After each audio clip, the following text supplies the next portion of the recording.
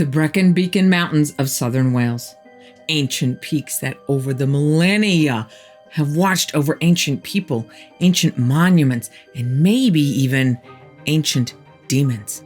Welcome to the In-Between. I'm Carol Ann, and this episode is not for the easily spooked. But if you think you've got what it takes, then hang with me as we follow one family's descent into the ultimate nightmare known as Heol Fanog. Let's just say you're getting ready to move into a new place. You go to buy supplies, and the total is $66.60. The car that almost hits you when you're getting your new furniture has a license plate of BST 666. And the stop you make for your last meal before moving in comes to a grand total of $6.66. Would you take the hint? I probably wouldn't either. And neither did Bill and Liz Rich. It's the spring of 1989, just outside the southern Welsh city of Brecon, in the foothills of the Brecon Beacon mountain range, in the shadows of Penavon, the highest peak in southern Wales. The Rich family, Bill, Liz, and Bill's 14-year-old son Lawrence from a previous marriage, pull off of the winding, narrow road onto the driveway of their new house. Well, rented, known as Heol Fanog, or Road to the Peaks. They get out of the car and start walking toward the house, which is actually the renovated barn of the former manor house that once stood on the property but was now reduced to crumbling stone outlines. All three of them can physically feel a bubble of peace envelop them, separating them from the outside world. This is exactly the fresh start, not to mention the peace and quiet they are looking for. The road for these three has not been easy to this point. Bill, who had spent a number of years traveling the world trying to find himself, finally married and settled down with his wife, and soon thereafter, Lawrence. But after 16 years of marriage, his wife left him for someone else, leaving him to figure out how to be both parents to Lawrence.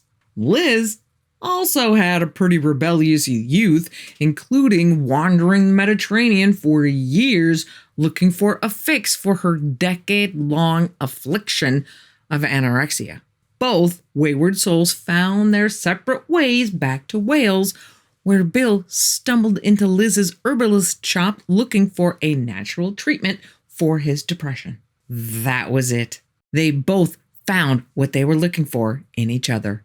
And Liz's anorexia disappeared. So life has taken an upward turn for both of them, but they still have their struggles. Liz moves in with Bill, but they have a bunch of Karen neighbors that make life difficult. Bill is worried about Lawrence adjusting to losing his mom and Liz moving in, and Bill and Liz decide to get married. Oh, and Liz gets pregnant.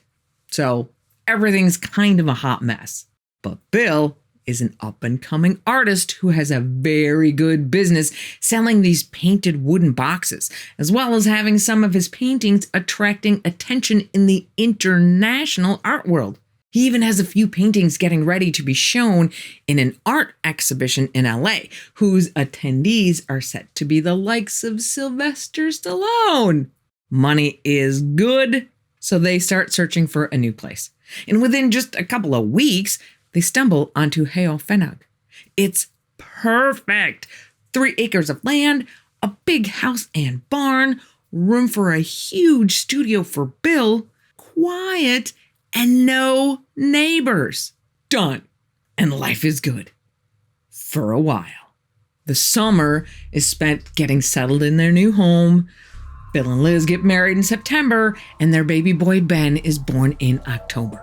But November is when life changed. Bill and Liz are up late doing what newlyweds do. Bill then heads down the stairs from the second floor to the bathroom on the first. As he's in there, he's startled by the banging of what sounds like someone running down the upstairs hallway in hobnail boots.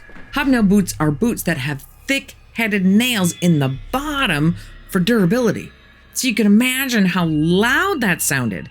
Immediately, Bill thinks, oh, Lawrence must have heard Liz and I, and he's throwing a fit.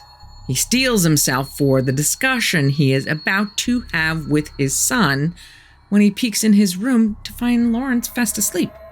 It wasn't Lawrence. Then who was it? And when he got to the bedroom where Liz was up nursing Ben, he asks her about it, and she hasn't heard a thing. But they will both tell you that from the instant Bill hears those footsteps, everything changes. The next morning, the house just feels cold and claustrophobic. Lawrence comes thundering down the stairs to Bill and Liz in the kitchen with a scowl on his face. Bill asks him, "What's wrong?" "Nothing." "Well, it doesn't look like nothing."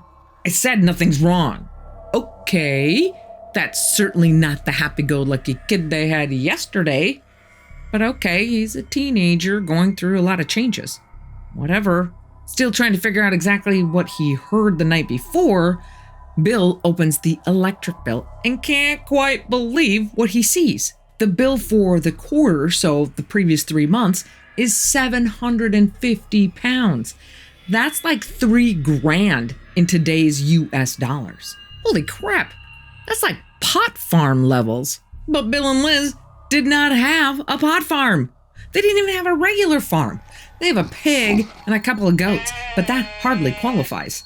They have no idea why the bill would be that high. And from that moment on, anything that could go wrong did. Over the next several months, all of those orders Bill had for his painted wooden boxes were inexplicably canceled. Their car battery would go dead overnight for no reason.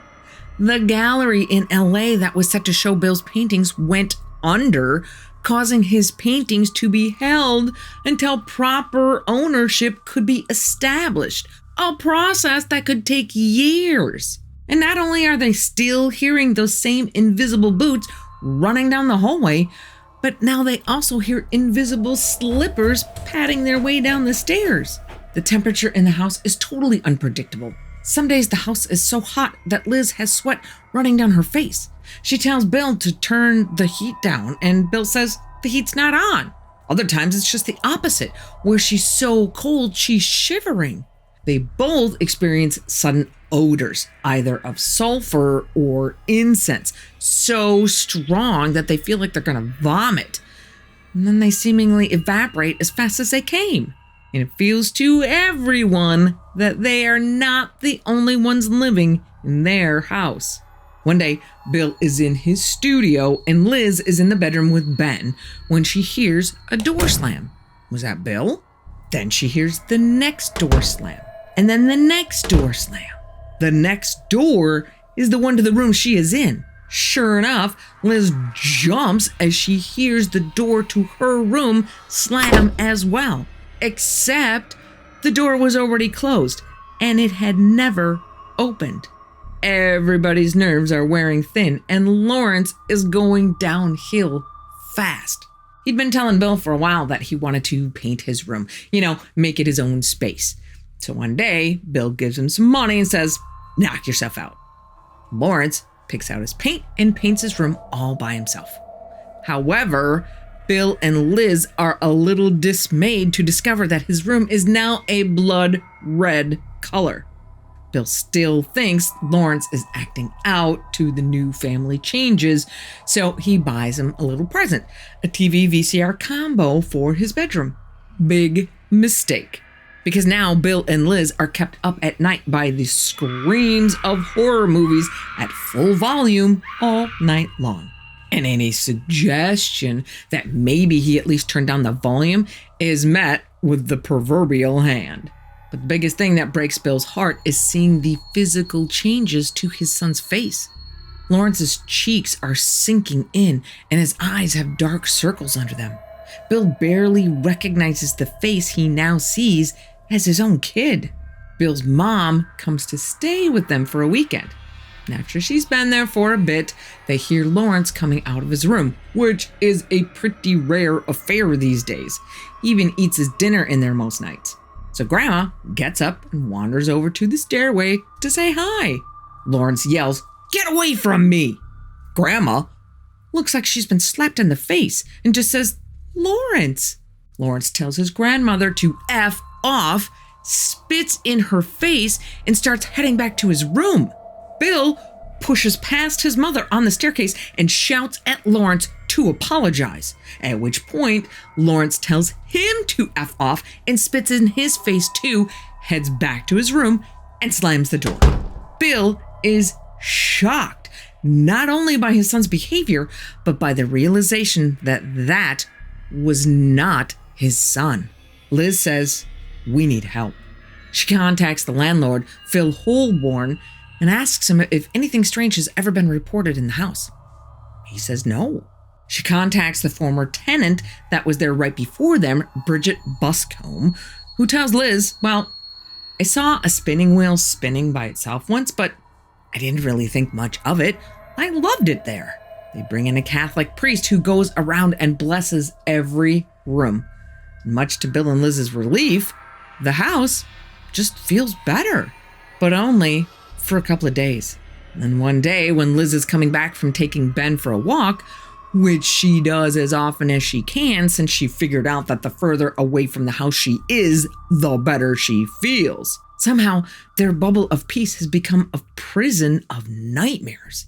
As she comes up the driveway, she glances up at the windows of the house and sees an old woman standing there, looking none too happy. When Liz tells Bill what she saw, Bill says, "All of this is because of the ghost of some old lady?" Liz says, "Nope, she's here, but this isn't her doing." Not long after that, the Riches start having some plumbing issues. The floor under the toilet is heaving and making the toilet loose. Bill calls a plumber. But of course, the floor goes back to normal right before he gets there. Plumber can't find anything wrong, so he reseats the toilet and leaves. But the floor heaves again, so Bill calls the plumber again. And the plumber says, "Ugh, I thought I was done with that place." Turns out that he's the same guy that had installed the radiator heating system back in the 60s when the current landlord's mother, Marion, was living there. The plumber finishes the radiator job, but is called back the next day by the old lady yelling at him to come back because all of the radiators have come loose. He comes back, has no idea how they could even come off, but dutifully tightens them all back on. The next day, he gets the same call and goes back again. The same thing happens for a number of days in a row until the plumber has an idea and decides to use different screws to reinstall the radiators. This time, he uses a cruciform screw, which was the name for the crosshead screw known today as a Phillips screw before Henry Phillips bought the rights to the design. And it worked. The radiators never came loose again. Not long after that, Bill is rearranging some stacks of furniture left in his studio by the landlord for storage when he finds a faded old picture of an elderly woman. He shows the picture to Liz, whose face goes pale. That's her. That's the old woman. It's a picture of Marion, the landlord's mother. Bill decides to do an interview with the local newspaper. As soon as it hits the stands, he gets a call from a guy who worked on the house back in the 50s when it was converted from a barn to a house. Saying it without saying it, he implies that the small family graveyard on the property had maybe been disturbed. Maybe that was their issue. And then there's the morning that Bill wakes up Liz in a total panic. She says, "What's wrong?" And Bill shows her his hands. Overnight, his fingertips have become swollen. The skin is cracking and bleeding. He can't even hold a paintbrush. He can't paint. Bill is crushed. Now, it's personal. He feels like whatever this thing is, it's trying to not only take away the one thing that has been keeping him sane these past few months, but also taking away his ability to make his living, as meager as it is. Meanwhile, a fight with the electric company is brewing. After that first hellacious bill, Bill called the company saying there must be some kind of mistake. There's no way we use this much electricity. The response from the electric company is, "You're right. That is really high. But there's no mistake, so you still have to pay it." After a few more lively phone calls, the electric company sends someone out to check the line to the meter. Everything checks out fine. So again, the electric company says, "Our meter is fine. So the problem is in your house, which is your responsibility. Pay up." Bill hires energy consultants to come out and take a look at all of their appliances. They all check out fine, but the outrageously high bills keep coming. Add to all of this, all of their animals start to die. The pig gets sick and has to be put down. Lawrence's guinea pig dies, and their goat, who has 2 kids, accidentally crushes one of them. Liz's next call brings in Ray Williams of the Christian Spiritualist Church in Cardiff. His opinion is that Lawrence needs to be removed from the house. Either he's the center of the poltergeist activity, or if he's not, this is not a healthy environment for a kid to grow up in. Liz breaks the news to Bill, who's crushed by the idea of sending his son away, and she adds, "Oh, by the way, I'm pregnant." Ray Williams comes by to see the house and has a couple of mediums with him, one by the name of Larry Harry. I only mention him because I think that name is hilarious. They cleanse the house, which seems to do nothing. The 2 mediums come back, and they tell the Riches that they sense 4 entities on the farm, the ghosts of 2 men and an old woman that are trapped there, and some other entity that doesn't want to go. But don't worry, at least they set the 3 trapped spirits free. That didn't seem to work either. But one day, Mr. Harry comes back again with another medium and tells Bill they're going to build a psychic wall of protection around the house. They walk around the house for about a half hour and say, "It's done." Almost immediately, Bill and Liz can feel the difference in the house. It's brighter, feels bigger. The next few days are a dream, with Bill's fingers healing overnight, and their neighbor commissions Bill to paint a portrait of their prize horse, Echo. Fantastic! The only hard part was saying goodbye to Lawrence. The boarding school they found for him was right there in Brecon, so they could visit whenever they wanted to, but that didn't really make it any easier.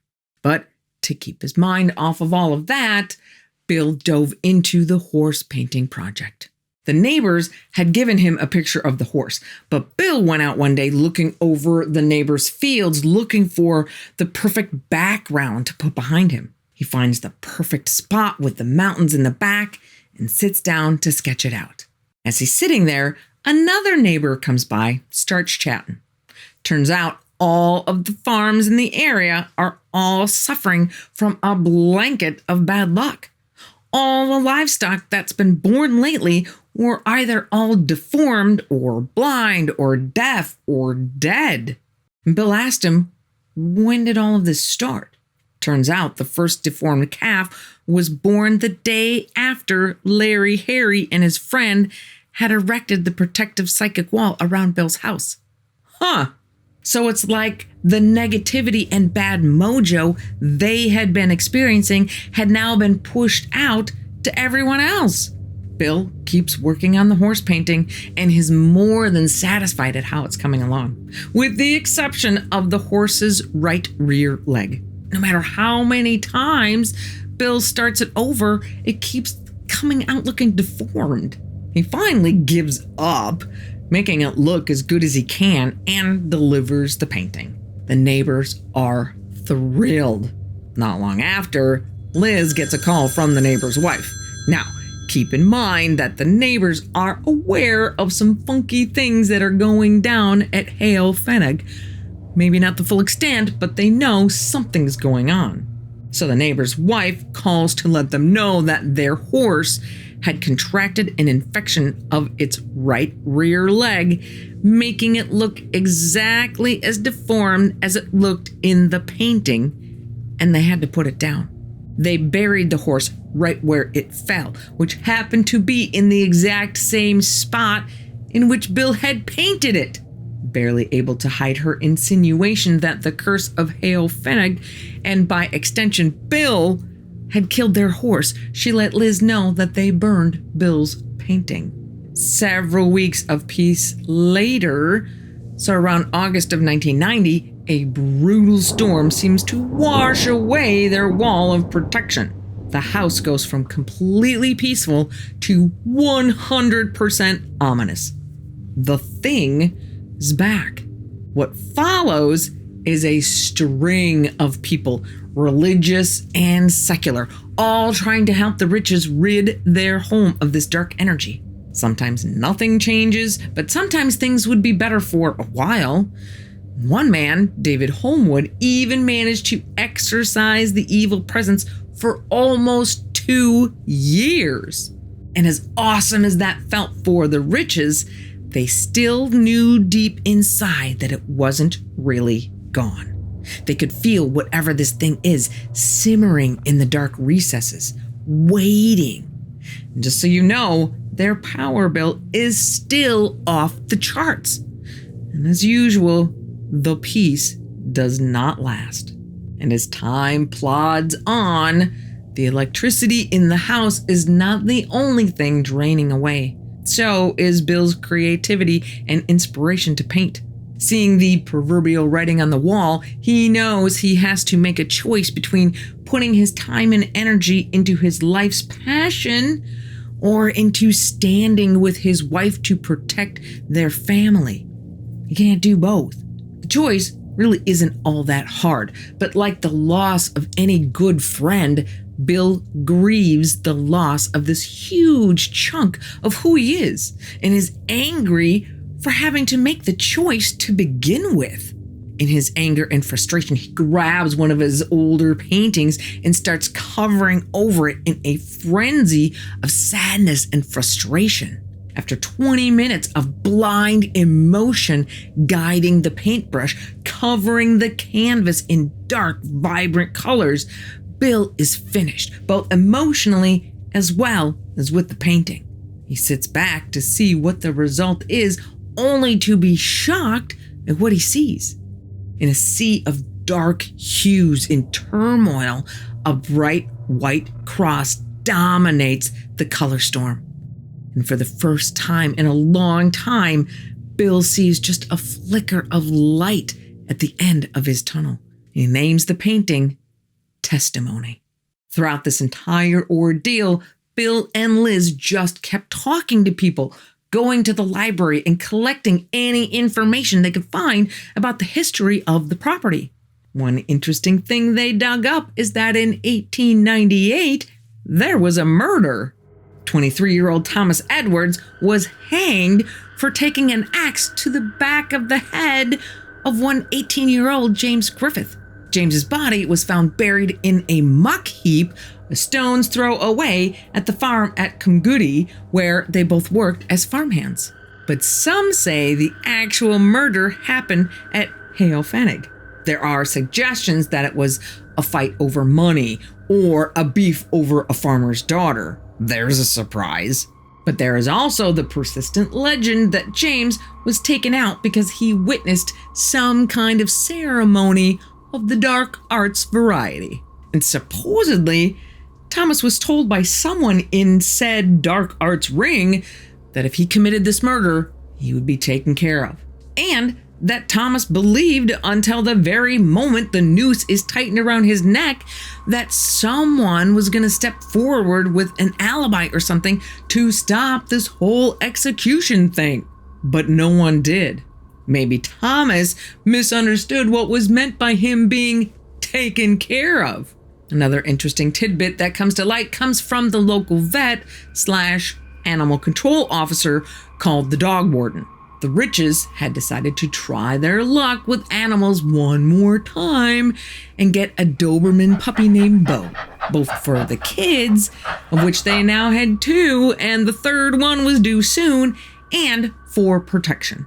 At first, the puppy was your regular puppy, But soon it was reduced to shaking and crying in its spot in the corner, obviously terrified of something.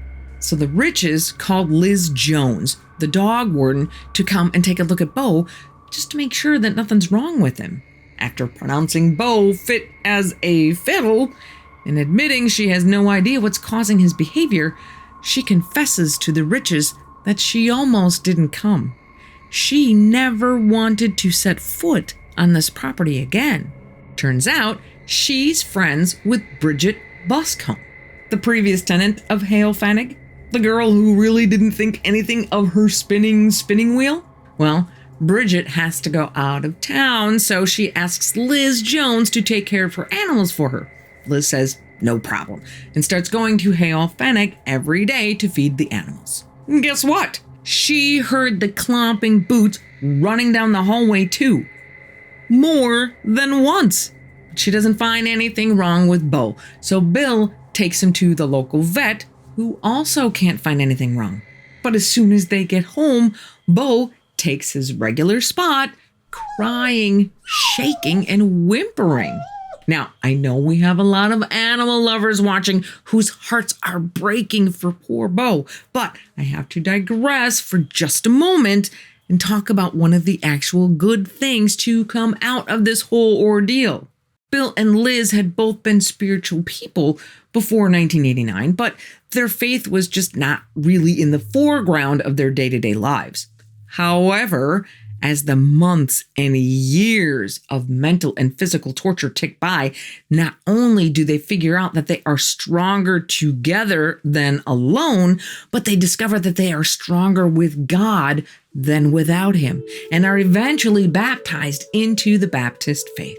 So here's Bill laying on the floor with his face next to Bo's, trying to comfort the poor terrified puppy, when inspiration strikes. He lays his hand on Bo's head and says, "Jesus, whatever is bothering this dog, take his fear away." With that, Bo stops shaking and whimpering and falls into a deep sleep he hasn't had in days, maybe even weeks, and is bothered no more. By now, the Riches had been given the name of another person who might be able to help them. David Holmwood has done a good job helping them keep the monsters at bay for a long time, but the Riches needed someone to get rid of it once and for all. Enter one Eddie Burke. Eddie had come to prominence in the paranormal world recently when word got out that he cleared a haunted bank. Now he wants to help the Riches, but he also wants to bring a documentary crew. So the Riches tell him, "We're going to have to think about that one." They really weren't sure that they wanted to invite that kind of publicity. And Eddie was not a Christian. All of their Christian friends tell the Riches to stay away from him. But one friend steps up and tells them to give Eddie a shot. Why not? No one else has been able to get rid of this thing. The Riches certainly are in full-on desperation mode at this point. The activity is more pervasive than it has ever been, with something unusually happening almost every day. And it comes in waves, ramping up like someone turning up the voltage. When it's at its worst, it even affects their children, who become much grumpier and harder to put to bed at night. But then something usually happens, like seeing the old woman in the children's rooms, that drains that pent-up charge, dissipating the oppressive atmosphere for a while. But only for a while. Whatever it is, it's angry. The Riches decide to accept Eddie Burke's offer of help, but getting everything coordinated takes some time. The waiting is especially hard for Bill. He is about as low as he can go right now. His physical energy is draining away. Bills are piling up with no income in sight.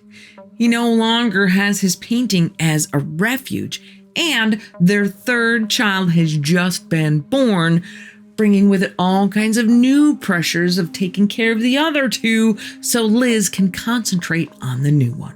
And just like they did when their second child was born, they had both of their mothers come to stay for help and support.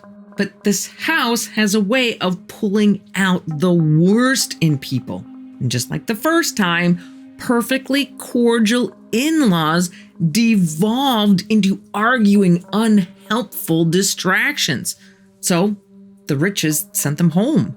One night, as Bill sits alone at the kitchen table, trying to comprehend how they had even gotten to this place, he looks up to notice one of their big, sharp kitchen knives sitting next to his arm on the table. Immediately, he's ticked off. He and Liz are always careful to make sure they put it back in the drawer so the little ones can't get their little fingers on it. Obviously, Liz must have left it out. How irresponsible can you get? He gets up, grabs the knife to put it back in the drawer, and a sudden thought rushes into his head. What would it feel like to run that blade over his wrist? He shoves the knife in the drawer, closes his eyes, and tries to shove the thoughts of death out of his head.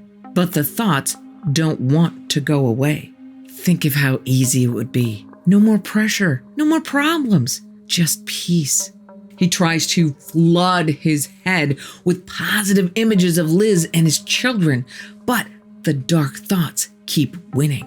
He opens his eyes again, and there's the knife, the one he had just put away in the drawer. Come on, it'll be over in an instant. You won't feel a thing. Bill lashes out, knocking the knife to the floor. When Liz comes through the door to see what happened, she finds Bill on his knees on the floor with tears in his eyes. Bill says, "This house wants us. And if we don't do something soon, I'm afraid it's going to get us." By the time Eddie arrives, it's March of 1993. Now, he's not really your typical ghost hunter or medium. An experience as a child got him to thinking that maybe there's more to this life than we know, but he spent his adult life as a principal science officer for the civil service. Pretty no nonsense. But then in 1970, his wife dies of a heart attack and appears to him, causing him to look more toward what we can feel than what we can see. As he sits down with friends to discuss the happenings at Heol Fanog, Eddie suddenly feels information coming through to him, telling him there is much confusion at this place. Many layers of influence, some of which are unpleasant, and that he needs to keep his mind open and his senses sharp. When Eddie, with the help of his friend, Captain Ferguson Cunningham, get to the house, Eddie follows the instructions coming to him by the guides who promised to help him. He lays down a barrier of light around the property's perimeter and another around the house itself. Eddie tells Bill that there is a concentration of energy here, and it's not friendly. But he can see that the house is filling with light. He can sense the presence of Christ and hears the words, "And there will be nowhere left for them to go. The light shall prevail." Eddie asks Bill if there's some cross of significance nearby, as he's also hearing, "And so I shall leave my mark and my protection upon this place." Bill stops for a moment and smiles knowingly and leads the man into the house where his last painting, Testimony, hangs on the living room wall. Bill's mind is blown. All this time, he saw the cross in his painting as the hope of Christ swimming in a sea of evil. But instead, this whole time, it's been the image of God's defeat of evil. The day after Eddie's visit, the ever-spinning electric meter starts to slow down. Something's working! Eddie warns them that the activity and cleansing that has taken place at Heol Fanog is now going to become a beacon for other souls looking for the light. So don't be surprised if you start seeing more apparitions. And they do. But none of them give off any ill intent vibes. Instead, it's like they're all just passing through the house on their way to somewhere else. Not exactly the result they were looking for, but better than evil. The house is bright and happy again, and Bill's son, Lawrence, who pretty much did a 180 after getting out of that house, comes over to play with his brothers and sister on a regular basis, and laughter fills every space. But Bill and Liz can feel that things are not quite right. Somewhere in the flurry of vicars and mediums, someone had managed to release Marion's spirit. And Eddie says he was able to release the spirits of both the murderer and his victim, the two male spirits that were there. Whatever that last dark force is, it's not quite gone. And the electric meter starts to spin faster. Now, before you come to any conclusions about this last entity being an actual demon, there are a couple more avenues to consider. Way back, when Bill and Liz had just become an item, young Lawrence was fascinated with Egypt. So the three took a bonding vacation to Egypt, including a tour of the Pyramid of Cheops, the largest of the three pyramids of Giza. They all got up really early to beat not only the heat of the day, but the other tourists as well. And it worked. They were the only ones around when they started up the dark passageways that led to the burial chamber. Once they get in the chamber, Liz can see these flashes of light within the rocks, like laser lights. And she asks the boys, "You see that?" And both boys say, "See what?" But then they all feel a presence enter the room with them.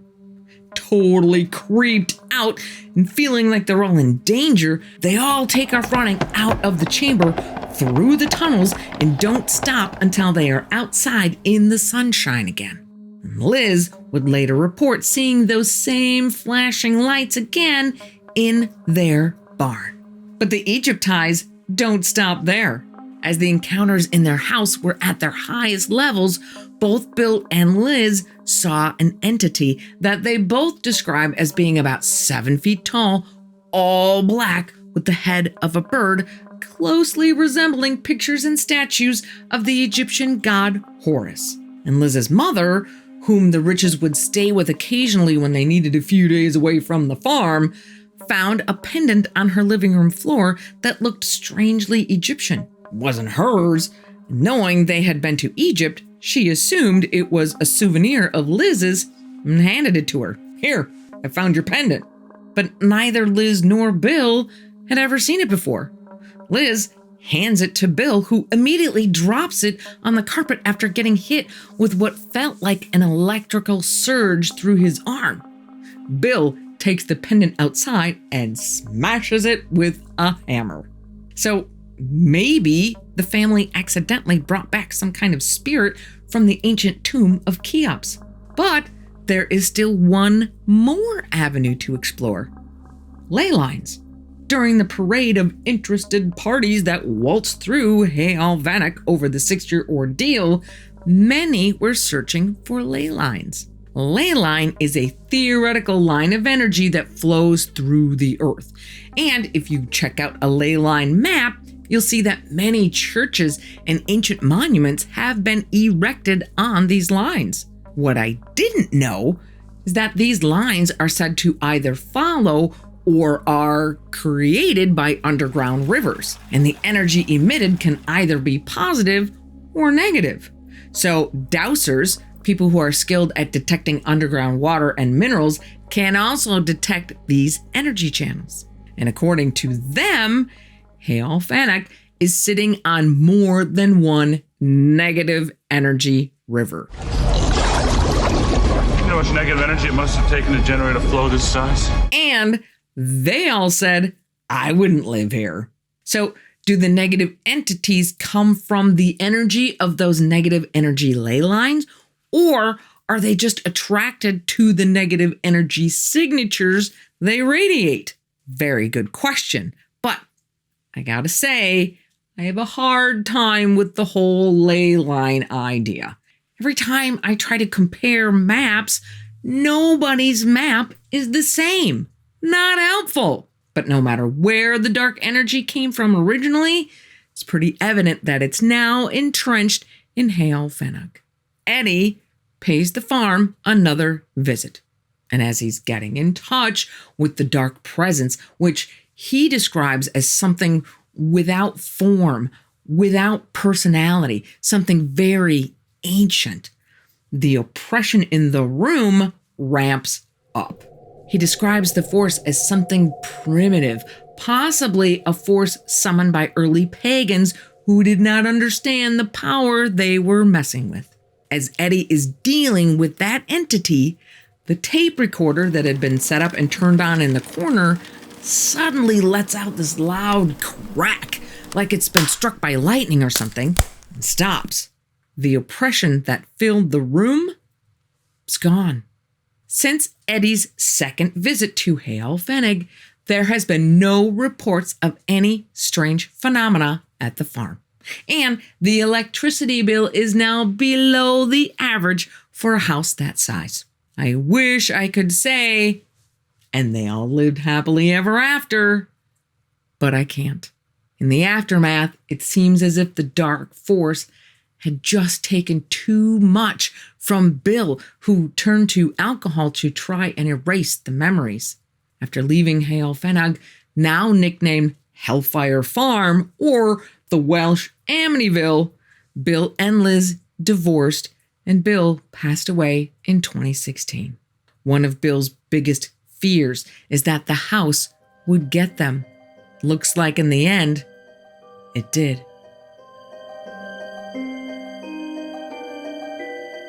Big thanks to Mark Chadbourne and his book Testimony, which is where I got the majority of the information for this episode. If you would like a deeper dive into Bill and Liz's experience, I recommend reading this book. It's kind of known as the book on the subject, so we will have a link to it in the description below. Now, if you're brave enough to tackle more haunted weirdness, this is the video for you. Just click it. I dare ya. Be careful out there, and I will see you here again on the In-Between.